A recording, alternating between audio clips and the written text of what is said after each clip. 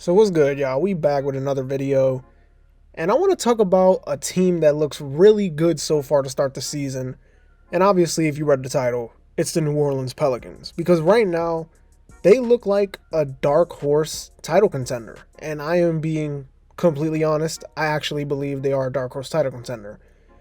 Because when you watch them play, and you go back to even like the playoffs last year when they faced the Suns, you saw they had the pieces, but they were missing Zion Williamson. You saw the leap Brandon Ingram was taking in front of our eyes during that playoff series. And they got that confidence. They got confidence in that series versus the Suns, despite being a 36-win team last year. And now they look like a team that can legitimately win anywhere from 50 to 55 games. I'm being completely honest. Because with Zion Williamson healthy, Brandon Ingram looking the way he has been looking the first two games of the year, and obviously the rest of the pieces on this roster, this team right now is probably one of the best teams in the league.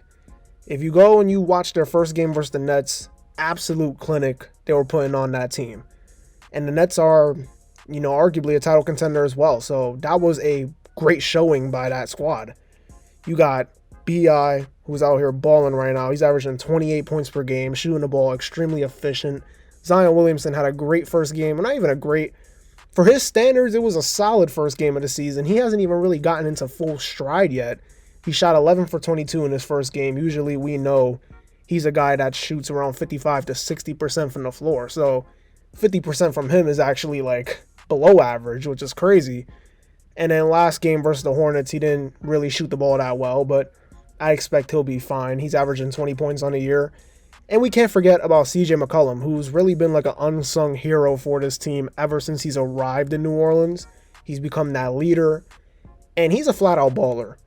I mean, people don't recognize him and how talented he is because when he was playing in Portland, you're playing with Damian Lillard, who's one of the greatest point guards of this generation.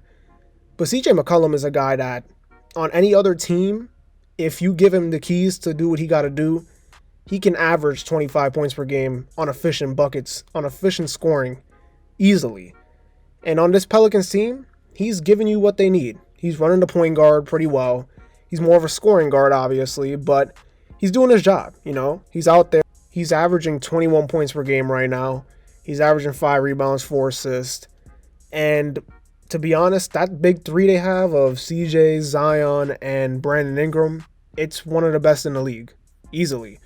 And then we can't forget about the other guys on this roster, like Herbert Jones, who's one of the best defenders in the NBA, long wingspan, 6'8", can guard multiple positions.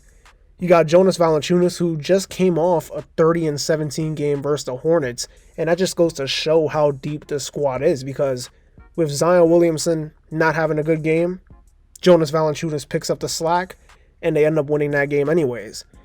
And then you got the guys who I said back in the summer, I was like, these guys can break out a little bit for this Pelicans team.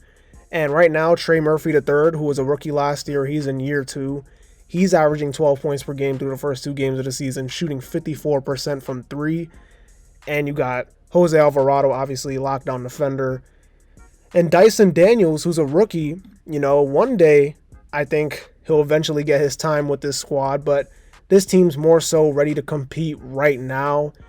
Don't get me wrong, he can help this team out. But obviously, like I said back in his scouting video months ago, I said if he got drafted to a team like the Pelicans, I wouldn't see him playing that much because that team is more so geared to try to compete. Where if he had went to like a tanking team, he would have got all the minutes in the world. So it makes sense for him not to play, but I expect his time will come because he is also another talented piece on this roster.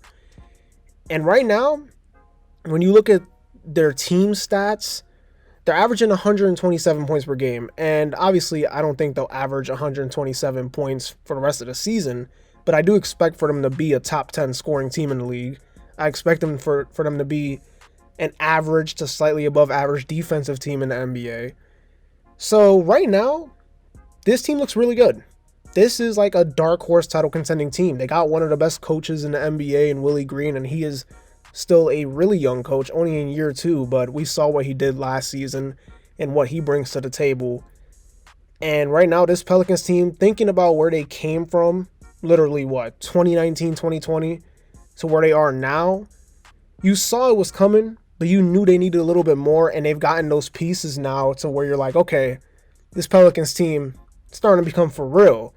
And like I said back in the summer, this team goes as far as Zion Williamson can take them. I understand Brandon Ingram might be the most talented player on the team, but if Zion Williamson is healthy, he's one of the top 25 best players in the league, in my opinion.